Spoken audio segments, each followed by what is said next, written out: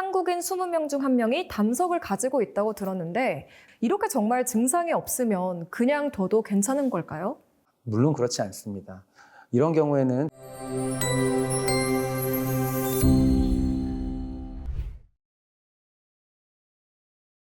안녕하십니까. 기쁨병원 전문의와의 대담 김지은입니다. 우리나라 국민 20명 중 1명이 가지고 있다는 담석. 그런데 많은 분들이 증상도 모르고 지나치는 경우가 많다고 합니다. 이번 시간엔 담석증의 특징적인 증상, 무증상 담석, 담석의 종류에 대해 자세히 알아보겠습니다. 오늘은 외과 전문의 기쁨병원 로봇 담석센터의 이진우 센터장님 모셨습니다. 안녕하세요. 네, 안녕하세요.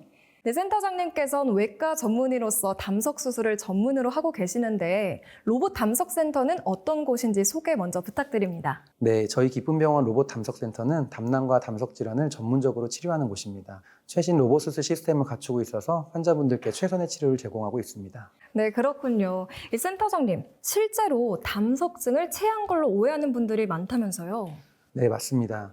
진료실에서 가장 많이 듣는 말이 선생님, 저는 그냥 체한 줄 알았어요. 또는 저는 위경련이나 위염인 줄 알았어요. 입니다. 실제로 10년 넘게 위경련 위염 증상, 체하는 증상으로 소화제를 계속 드시다가 우연히 건강검진에서 담석을 발견하는 분들이 정말 많습니다. 와, 이 10년이나 모르고 넘어갈 정도로 담석증 증상이 체한 거랑 헷갈릴 정도로 비슷한가요? 또 그럼 이거를 어떻게 하면 구별할 수 있나요? 네, 실제로 매우 비슷하고요. 담석증의 가장 흔한 증상이 식후 30분에서 1시간 후에 나타나는 우상복부, 그리고 또 명치 쪽으로 불편감이 나타나는 건데요.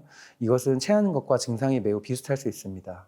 아, 그렇군요. 이 우상복부라면 오른쪽 윗배 쪽 말씀하시는 거죠. 게다가 명치까지 아프다고 하니까 정말 위가 안 좋은 걸로 오해하기 쉬울 것 같아요. 맞습니다. 갈비뼈 아래 오른쪽 부분이 주로 아프지만 명치 부위까지 불편감이 퍼지는 경우가 굉장히 많고요. 특히 기름진 음식을 먹은 후에 이런 증상은 더 심해질 수 있습니다. 담낭이 기름진 음식 소화를 위해서 수축하면서 담석이 자극을 주기 때문입니다. 아, 그래서 기름진 음식 먹고 나면 막 체한 것처럼 느껴지는 거네요. 그럼 또 혹시 또 다른 특징은 없을까요? 담석증만의 특징이 또 있습니다. 통증이 오른쪽 견갑골이나 우측 옆구리 쪽, 오른쪽 날개뼈 쪽으로 뻗치는 경우가 많습니다. 이거는 체했을 때는 잘 나타나지 않는 증상이죠.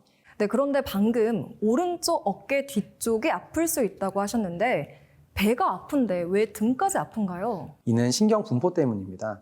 담낭의 통증신경이 등 쪽과 연결되어 있어서 그렇고요.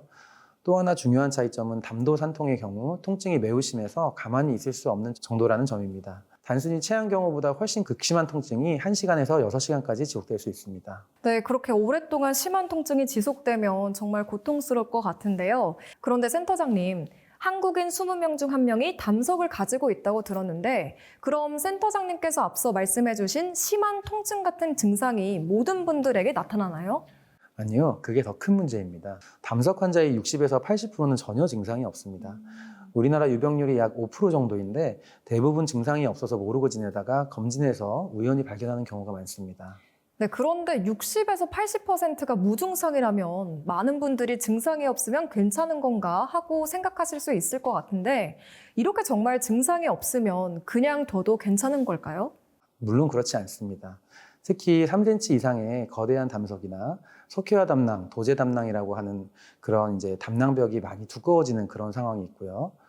이런 경우에는 증상이 없어도 담낭암 위험이 20% 이상 증가하게 됩니다. 네, 담낭암 위험까지 있다니 절대 그냥 넘어가서는 안 되겠습니다. 그럼 센터장님 혹시 담석에도 종류가 있나요? 네, 크게 두 가지로 나눌 수 있습니다. 첫 번째는 콜레스테롤 담석인데요. 최근에 서구화된 식습관 때문에 최근 급격하게 증가하는 추세를 보이고요. 주로 노란색을 띱니다. 둘째는 색소성 담석으로 검은색이나 갈색을 띱니다. 한국에게는 아직도 색소성 담석이 조금 더 많은 편입니다.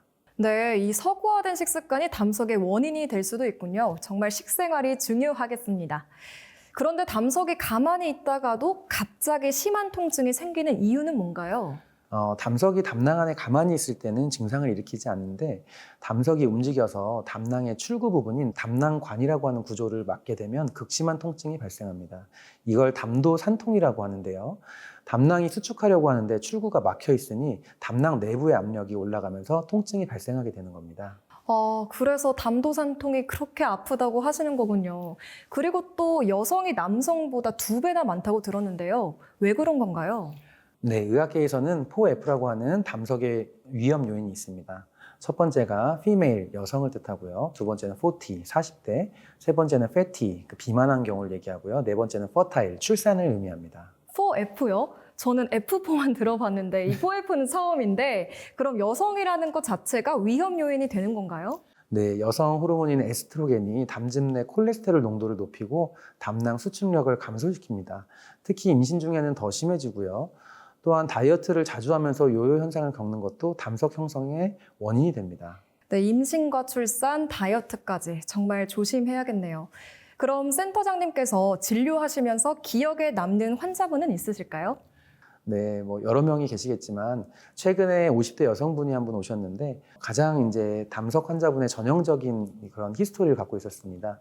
약 10년 정도 위염 또는 이제 위경련이라고 오인을 하면서 치료를 받으면서 소화제를 계속해서 드셨는데 증상이 점점 심해지셔서 저희 병원에 오셨고 검사해보니 담석이 진단되었습니다. 참 10년이나 고생을 하셨네요. 또 다른 30대 여성분도 계시고요. 이분은 다이어트 후에 담석이 생긴 경우였습니다. 3개월 만에 15kg 정도를 급격하게 감량하셨는데 이런 급격한 체중 감소가 담석을 만들었습니다. 또 임신 중에 발견되는 경우도 있어서 임산부들이 오시는 경우도 많은데요. 이런 경우는 출산 후로 치료 계획을 세워야 하기 때문에 임신 도중에 고생을 하시는 경우가 많습니다. 네, 그럼 무증상 담석에서 갑자기 심각한 응급 상황이 되는 경우도 있나요? 네, 바로 어제 수술했던 분도 평상시에 담석이 있는 줄은 알았는데 증상이 없다는 이유로 경과 관찰만 해오시다가 갑작스럽게 급성 담낭염이 오시면서 응급실로 방문하셔서 수술을 하게 되었습니다. 이런 것이 무증상이라고 해서 결코 방심하면 안 되는 이유입니다. 네, 말씀대로 무증상이라고 안심하면 안 되겠습니다. 그렇다면 이 담석을 그냥 두면 어떻게 되나요? 담석을 그냥 둘 경우에는 이제 매년 1, 2%씩 증상이 발생할 위험이 누적으로 해서 증가합니다. 20년이 지나면 결국 20에서 40%가 증상을 경험하고 30년 이상이 되면 결국 절반 이상이 증상을 갖게 되는 것입니다. 더 큰 문제는 첫 증상이 급성 담낭염, 응급으로 치료를 해야 되는 급성 담낭염이나 담도염 또는 담관염이라고 하는 그런 심각한 합병증으로 나타날 수 있다는 점이고요. 조기에 발견해서 계획된 수술을 하는 것과 이렇게 염증이 심해진 상태에서 응급수술을 하는 것은 그 예후나 회복의 기간이나 이런 부분에서 굉장히 큰 차이가 있습니다. 네, 첫 증상이 급성 담낭염처럼 나타날 수 있다니 정말 조기 발견하는 게 중요하겠습니다. 오늘 담석증에 대해 정말 중요한 내용들 많이 알게 됐는데요. 먼저 우상복부 통증과 명치 불편감, 특히 식후에 나타나는 증상과 오른쪽 어깨로 퍼지는 통증, 기름진 음식 섭취 후 불편감, 그리고 여성, 40대 이상, 비만, 가족력에 있는 분들은 특히 더 주의가 필요하다는 점 꼭 기억하셨으면 좋겠습니다. 네, 제일 중요한 건 정기적인 건강검진입니다. 복부 초음파 검사로 쉽게 발견할 수 있으니 증상이 없더라도 검진을 한 번씩 확인하시기를 권유드리는 바입니다. 네, 앞으로 체했다고 생각해서 그냥 넘기지 마시고 정확한 진단을 받는 것이 중요하겠습니다. 오늘 담석증에 대해 유익한 정보 주신 이진우 센터장님 감사합니다. 감사합니다. 다음 시간에는 급성 담낭염에 대해 자세히 알아보겠습니다. 지금까지 기쁨병원 전문의와의 대담이었습니다. 시청해주신 여러분 고맙습니다.